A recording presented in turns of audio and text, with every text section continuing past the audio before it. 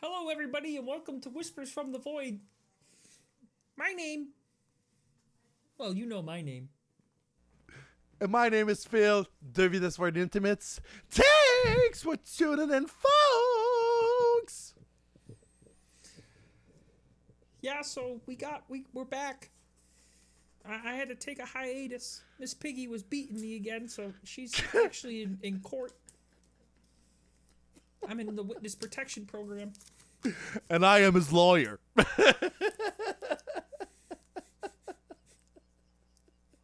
I actually don't know if this is a good Kermit voice or not, but I'm sure somebody will be able to tell me.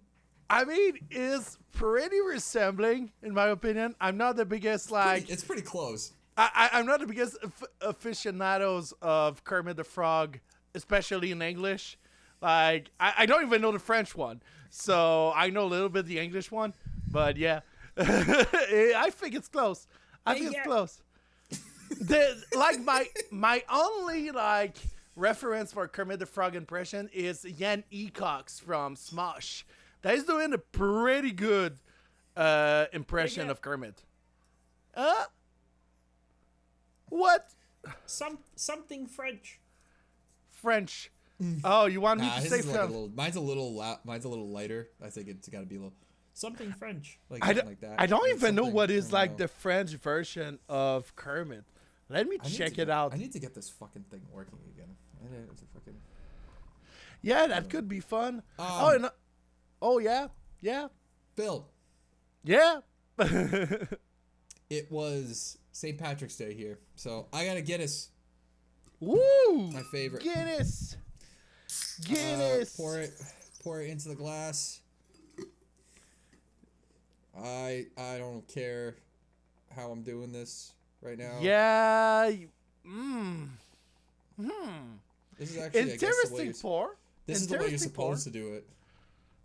Okay, so you need to do it very on 90 degrees, like this. Not 90 degrees, but I guess. You know what's funny is Guinness is funny because every time I go to drink one out of a can, I always get some other hobgoblin trying to tell me how to pour it, saying I'm pouring it wrong. So I go, all right, then show me how to pour it. And I swear, everyone just does it their own way, and it's like, I don't know. Don't mind me. I scratched my eye working in my shop, and it's bothering the piss out of me. If I look this way, maybe you could.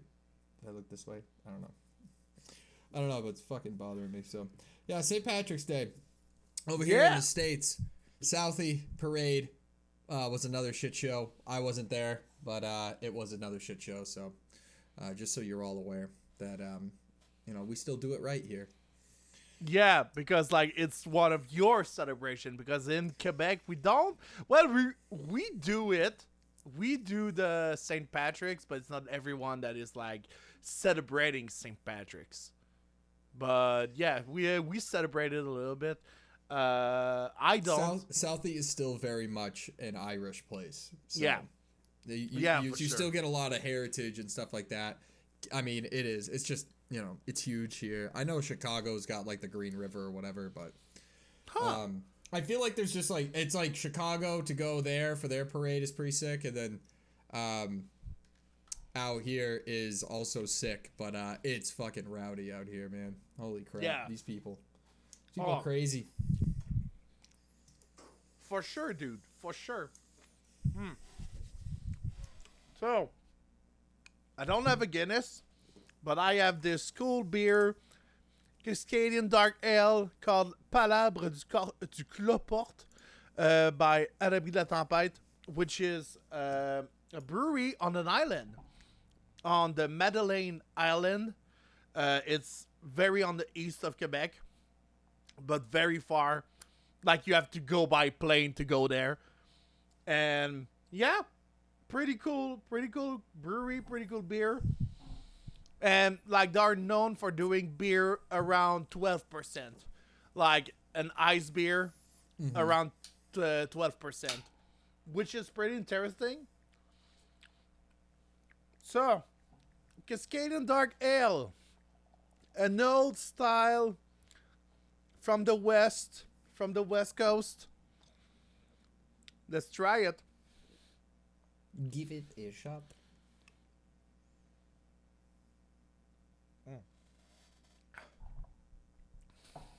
Woo! I like it. Pretty good.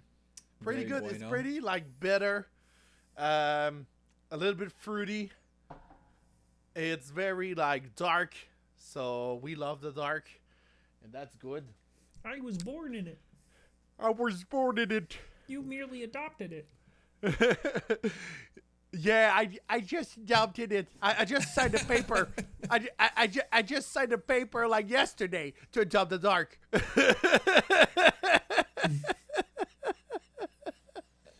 God So damn Phil, it. Yeah. what have you been up to, kid? A lot of work, a lot of project and whatever, a lot of morning. Well, not morning, but just like I'm in my bed, I'm just doing nothing because my life is just sometimes a lot. So yeah, mental health, very important, kids. Take care of yourself, and yeah, Just die like a man. just die like a man. Shove it all in a box and never talk about it. Well, I'm not like that, unfortunately. When I try to do it, the box is exploding. Like, there's too much emotion, man. It's too much. But by the way, I have something we need to talk about on this episode. Oh boy. Um, Oh, right now, Jesus. I'm listening to some I music. won't stop drinking. We're not doing. No, this is not intervention time. I know it's not an intervention. No, I'm talking about Mastodon. Yes. The I knew you would famous say something. the news about Mastodon, because I'm listening to Mastodon right now in my headphones, and I was like, you know what? Let's talk about the news about Brent Hines, the guitarist of now ex-guitarist of Mastodon, decided to part ways after 25 years. And what is your thinking about that? What do you think about that? As a big Mastodon fan, Yeah. I mean, it's bittersweet. It's like I don't know, man. I feel that's the business, and like it. You know, I really like what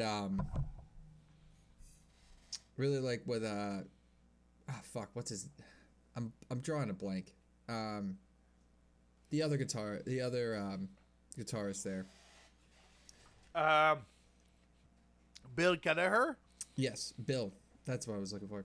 I really like what he said, his comments about it, because I feel like it pretty much sums up. Like, all of those guys were, like, really cool dudes. They met at a Sleep concert. Like, they were Eye all on Fire. Oh, it was High on Fire. It was High on Fire, yeah. Well, same guy. Come on. It's Yeah. you know. But, I mean, for 25 years, you know, you go so strong. They put out great progressive records. Sludge, progressive, like pioneers in a lot of ways to different sounds and different bands. And you never want to see it, but I think that what they had was sort of like an anomaly, you know, being that they were together, the same group for 25 effing years. And that's just like unheard of. So first of all, hats off to them, because that is a accomplishment in itself.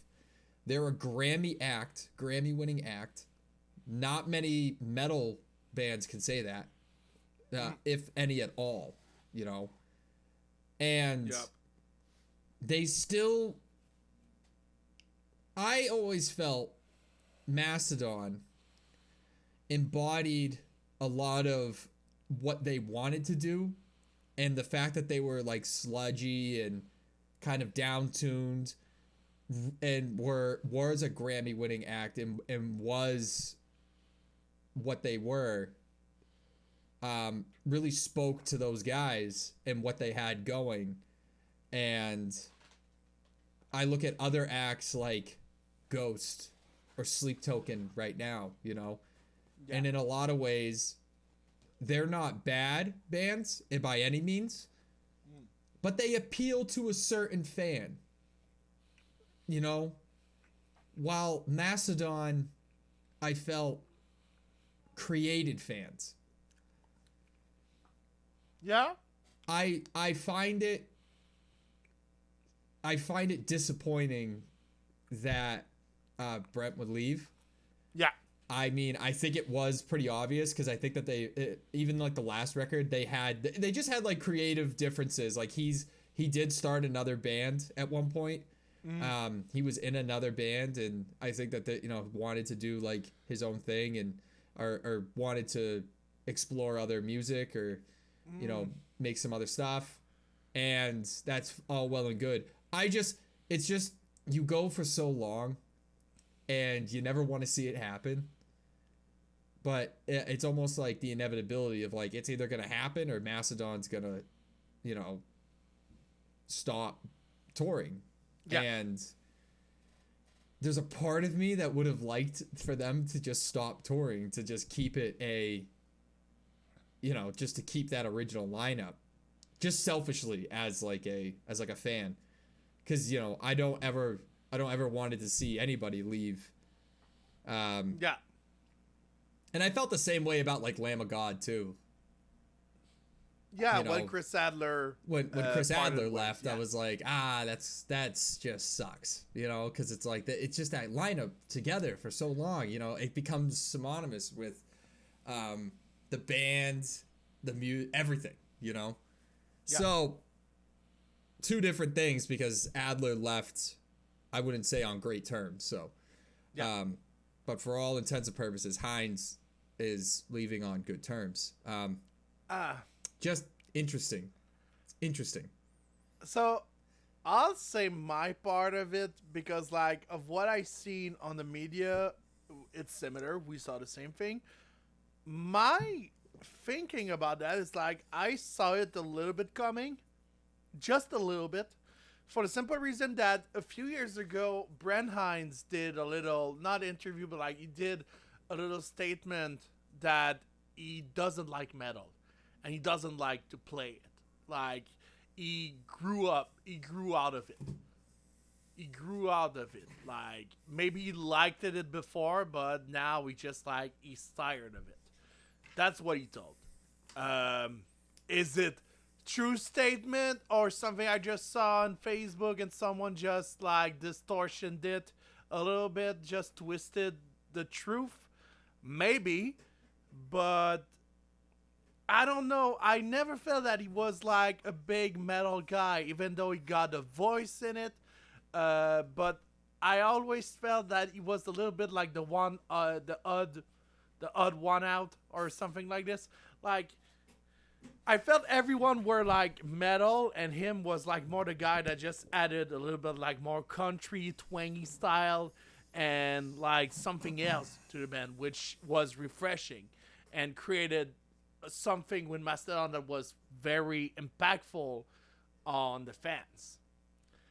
And you talked about like Brent Hines creating a band. Well, technically he did a super band back, I think around 2016 or 2017, I don't remember. It was called a Giraffe Tongue Orchestra, and it was with the singer of Alice in Chains, William Duval, I think, and Ben Weinman from Dillinger Escape Plan. And it was very different, but it was a good project. They never did a second album. There was also Troy Sanders who did Killer Be Killed with Max Cavalera, Greg Puciato from the Dillinger Escape Plan, and also on the second album it was Ben Kohler from Converge. And the first album was one of the many drummers of Mars Volta. So yeah, but to come back on Brent, I saw it a little bit coming, but it was a surprise. That's what I think about the departure of Brent Hines. I don't know what the future will bring. a new guitarist maybe. I know the YouTuber Ben Eller filled in for Mastodon on the set of the Tool in the Sand, like the Tool Festival in Dominican Republic. I saw that. I don't know if Ben Eller will be part of the band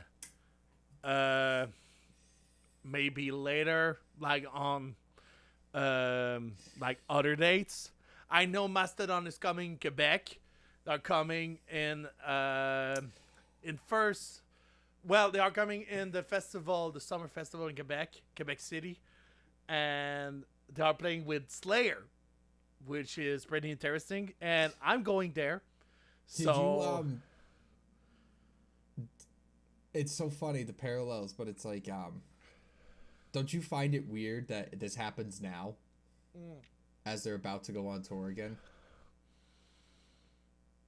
Maybe.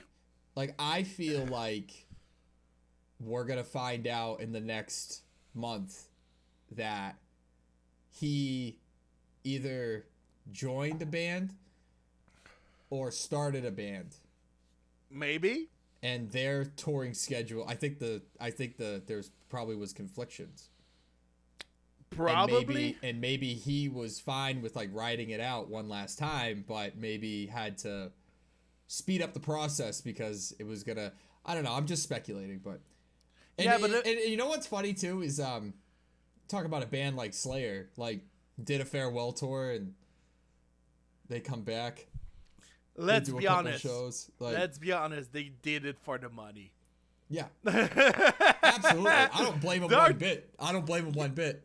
Although I will say this, Dave Lombardo is the best drummer Slayer's ever had. So yeah, but now it's Paul Bostaph coming back on Slayer. It's not Dave Lombardo, unfortunately. Dave Lombardo is the best drummer for Slayer, the best. But I agree with you wholeheartedly. I just I don't know. That one was a shell shocker, and I still feel very strongly that, you know, I would like. There's just a part of me that's like I would rather them just not play, but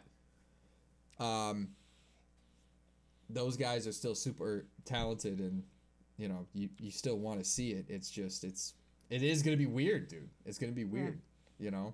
They all contributed to vocals. They all contributed to the whole performance. Like, it's going to be strange. But on the backs of talking about Mastodon, holy crap. What was it? Like 3, 4, 5, 6 different bands. I like on any given day I've been seeing. Like, people have been breaking up left and right. Oceano, I don't even know what the hell is going on with that front right there. Honestly, that's crazy. I don't even want to talk about Oceano because they did something that is, for me, outrageous. Not outrageous, but like it pisses me off. They did something that... Let's talk about it? Okay. I'm curious because, like, I have not been following the story that loosely. I will tell you this. I saw in the beginning, and I think we touched on it before, but I saw in the beginning that they were touring with... what band? Attila. No. Fighting in Reverse or Attila? I think it was Attila or something. I think, yeah, it's Attila. Yeah, the guy, and obviously, you know, those guys are fucking whatever. They're an act in their own right, but and they got backlash from the fans. What I didn't see coming was Adam absolutely going off the rails. Because for all intents and purposes, he was like a pretty decent guy from what everything you could sell. Like when he was doing like the vocal stuff or when he had his YouTube or whatever. Like he was pretty Instagram on there. And for all intents and purposes, you kind of saw like, all right, well, he's... I don't know. You felt like he was the voice in the room. You know what I mean? Yeah. And I felt like it was shocking to see the absolute turnover that has happened in that. Yeah. Like, I don't know. It shocked the hell out of me. I'm not a big deathcore guy, so I don't know. I don't follow a lot of those bands too closely, but I did follow Adam for a little while because I thought I always found him interesting But yeah, I was shocked. About that. So please, Okay. I want to know. I want to know what it was, because the saga is long. Like at this point, it's crazy, the stuff that's been going on. What I'm going to talk about is after all the fucking shit show with Attila and Adams deciding to part ways with Oceano. Not just part ways, but end the band. So if you're we gonna can say talk. so. So you're gonna talk about when they started the farewell tour stuff. Yeah. All right. So, I actually think I know what you're gonna say, but please. To briefly resume what I was saying, Oceano posted the poster for the farewell tour, and the creator of the artwork said, "Oh, so they are stealing my art and never paid me for that?"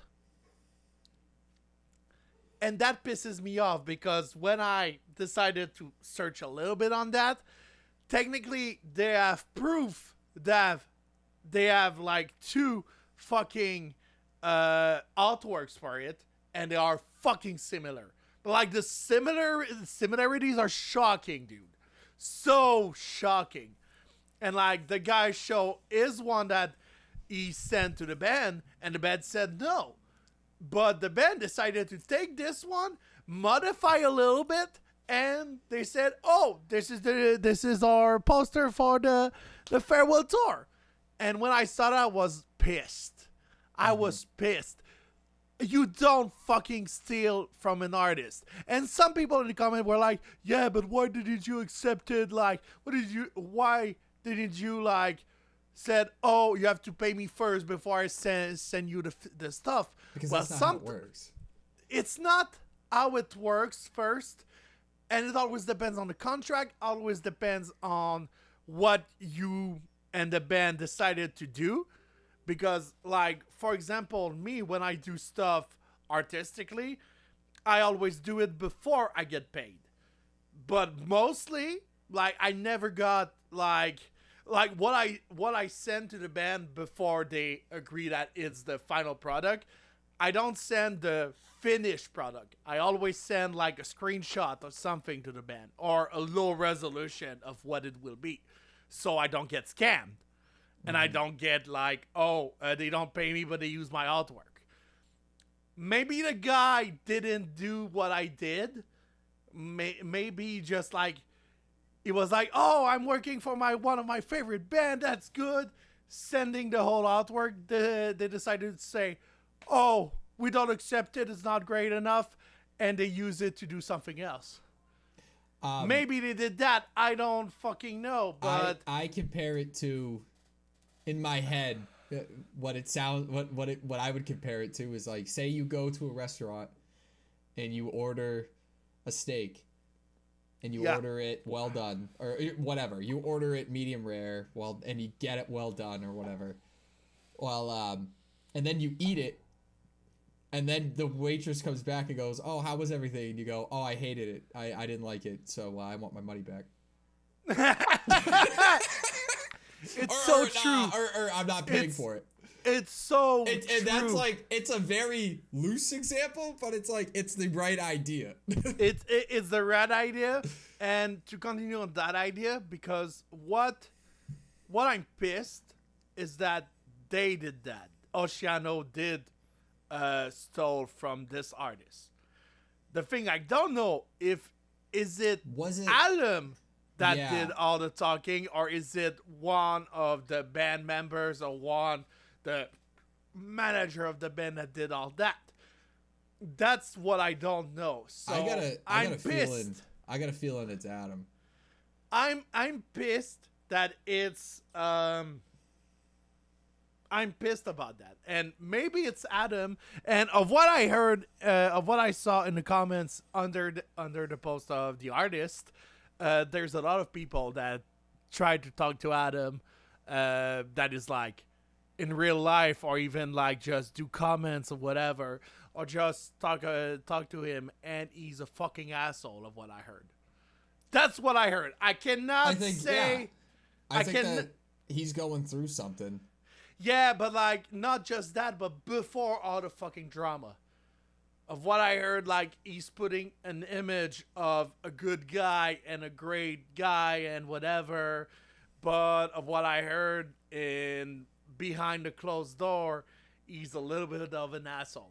Of what I heard, Yeah. I cannot be sure about it because what happens behind closed door stay behind closed door, unfortunately. So I cannot say that he did something horrible. I don't know. I don't know the guy, but honestly, with that fucking thing with the fucking artist getting like steal, I don't know. I just don't feel right about Oceano. I don't like this at all. I saw everything starting to come in, and I saw kind of followed loosely the saga, and I was like, man, you know, it's really just like a part of me that is just like, you know, everyone loves a downfall. Nobody loves a success story. Yeah. It's kind of just it. They want to see the downfall, and the world we live in today, that's the stuff that people want to see. And so it's like, I just don't want to follow basically this guy's whole life fall apart. You know what I mean? Yeah. So I'm just like, I saw what I read up on stuff very briefly and was kind of just like, whatever. It is like, that sucks. Like, I get it. These guys are not nice guys. Like, you know, but at the end of the day, to put like what we're doing when you put it out there on that internet, dude, and everybody gets to fucking follow and stuff like that, and then because you just make assumptions, and no matter what, you never know what's true and what's not true. Yeah.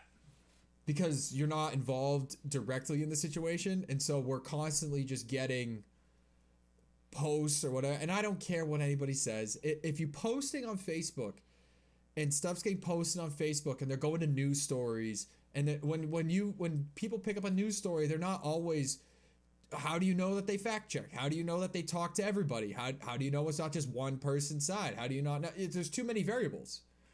And that's not to discredit anything. It's just the fact of it. It's just, there's just too many variables. Whereas if you just heard it straight from the lips of a person, even to a degree, as you said, how do you know for sure? So I kind of just choose to be ignorant in that and just say, hey, you know, he's falling apart, whatever.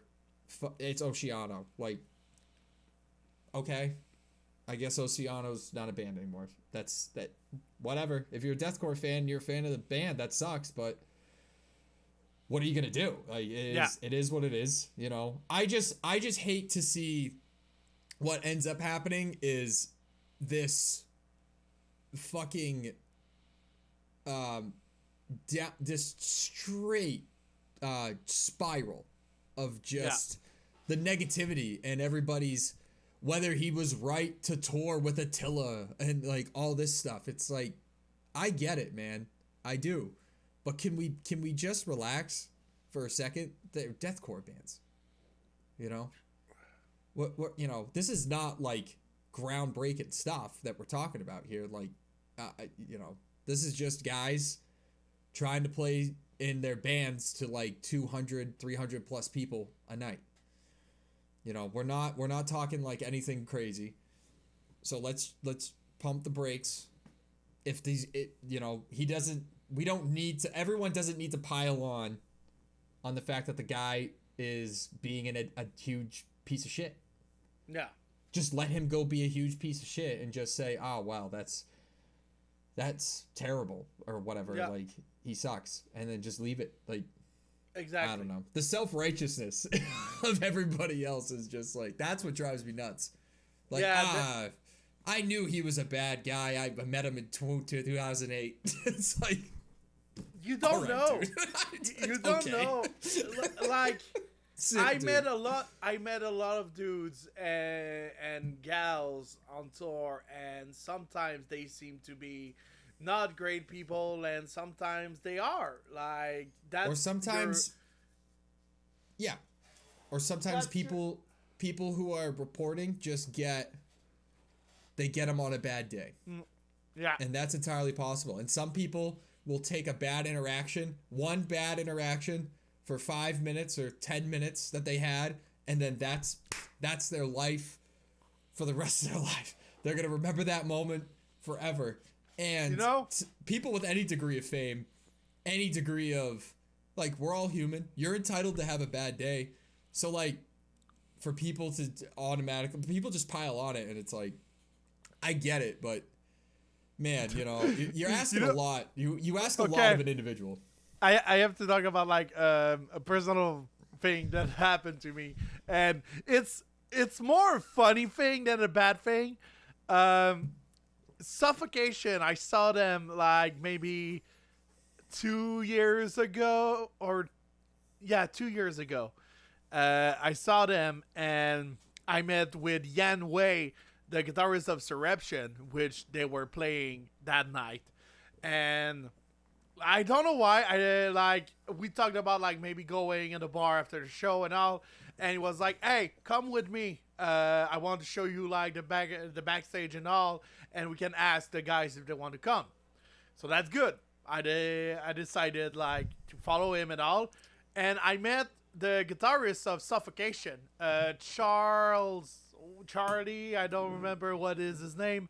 And the first thing he told me, as he saw me, not hello, how are you? No, just like, hey, do you have cigarette, dude? No. Oh, fuck. And just like, get out. And I was just like, okay, nice to meet you. And that's how Phil has remembered him for his entire life. Yeah, cigarette dude. I call him the cig dude. Yeah, he just needs a cigarette, Yeah, and that's okay. But when I met Terrence, like, he wanted a cigarette, but he was a chill dude. So just a chill. I think of the meme. It's chill guy with Suffocation background, and it's just like no, chill guy. I put Terrence Hobbs' face on chill guy. Yeah. But it's not. It is what it is. Like, I don't know. The self-importance and the self-righteousness is what drives me the most. It drives me up a wall. I can't, dude. If we didn't have this podcast, I wouldn't have anything, because I just can't deal with it, dude. It's understandable. I don't even use my own Facebook. It's understandable. I strictly just use whatever the accounts are for the bands, and then I'm just following your wife stuff, and your wife, and you like some photos of your son and me. Yeah. But like, dude, like, seriously, it's just I don't know how you people find time. Oh, dude, you want to know? Okay, so last story before we end up this episode. I did the worst thing ever on Facebook. I saw like a post from the page prog metal or something, and they were like talking about like the best prog metal of 2024, and they put Blood Incantation on it, and I was vocal about it. So much vocal that a lot of people decided to hate me in the comments, and I was baffled about her self-righteousness. You should have fucking put you should have put James in there. He would have lost his mind. Oh, dude, I would have loved it. I would. Why didn't I done it? Why? Yeah. Anyway. I don't. I'm. The last time I said anything was what was it? Metal Injection had done. This was like 2021. Metal Injection had done their top 10 or whatever, and their top 10 literally it was just any old band that had a new record, like Lamb of God was on there. And I just remember and I'm a fan, and I just remember being like, dude, just typing in that, like, that fucking Lamb of God record sucked. And a lot of people came to comment. Oh my God, dude. You don't know anything. I'm like, yeah, he goes, Chuck Billy's a legend. I was like, he sucked. That record was terrible. And oh my God. And he's like, you just don't like Art Cruz, or some guy was like, you don't appreciate Art Cruz for what he is. I'm like, he's average. Who? Art Cruz. Because that was the new record when Chris left. I know. That was the new record. I know, but I was see like, you. I was like, dude, he's average. No, but I see you just like telling the guy, who Cruz? Art. Dude, that is art. I was like, Jesus Christ, dude. And it was like number 2 or 3 or whatever on there. Okay, I'm like, so Jesus fuck. Okay, so But it just goes back to that album is art, not a capitalistic thing of like doing money, whatever. This is art. I was, oh my God. Oh my God. It was painful. Sorry. I love Lamb of God. I love Randy. I love the band, but it's been a long time that I haven't been a fan of Lamb of God. I still love the older albums. I actually really liked Wraith. I liked. I mean, there were records that people are like, it's trash. That I loved. But dude, like just that new record, I was just like, I mean, come on. Yeah. Come on. Exactly. Like it's like, dude, it's just the same recycled shit. Yep. At some point, and that's how everybody has always felt about him. Is that it's just recycled?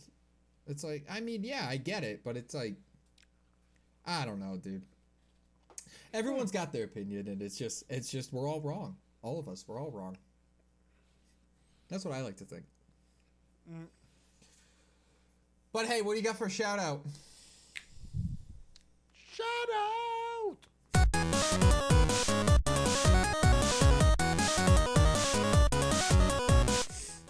I have Imperial Triumphant Gold Star out today. I don't remember what is the fucking label. I would put it like right in front of you, or do fucking research. Google is used for that. It's researching. Anyway, fucking avant-garde black metal. I love this album. It's such a masterpiece, in my opinion. It's weird. It's strange. It's extreme. There's fucking Thomas Ake from Meshuggah. Dave Lombardo is playing on that album too. So yeah, honestly, Imperial Triumphant, if you don't know them and you like weird music like I do, go listen to them. Let's see. For me, I gotta look through my archives here. We've got a lot of good stuff so far. I have Faith Tractor. Yeah. Loathing and the Noose. Came out on Redefining Darkness, January 10th. This was a Jerry find. Right now, all of them are Jerry finds. I have not dove at all in this year as far as like finding anything. Very good stuff. Check it out. All right. That is good.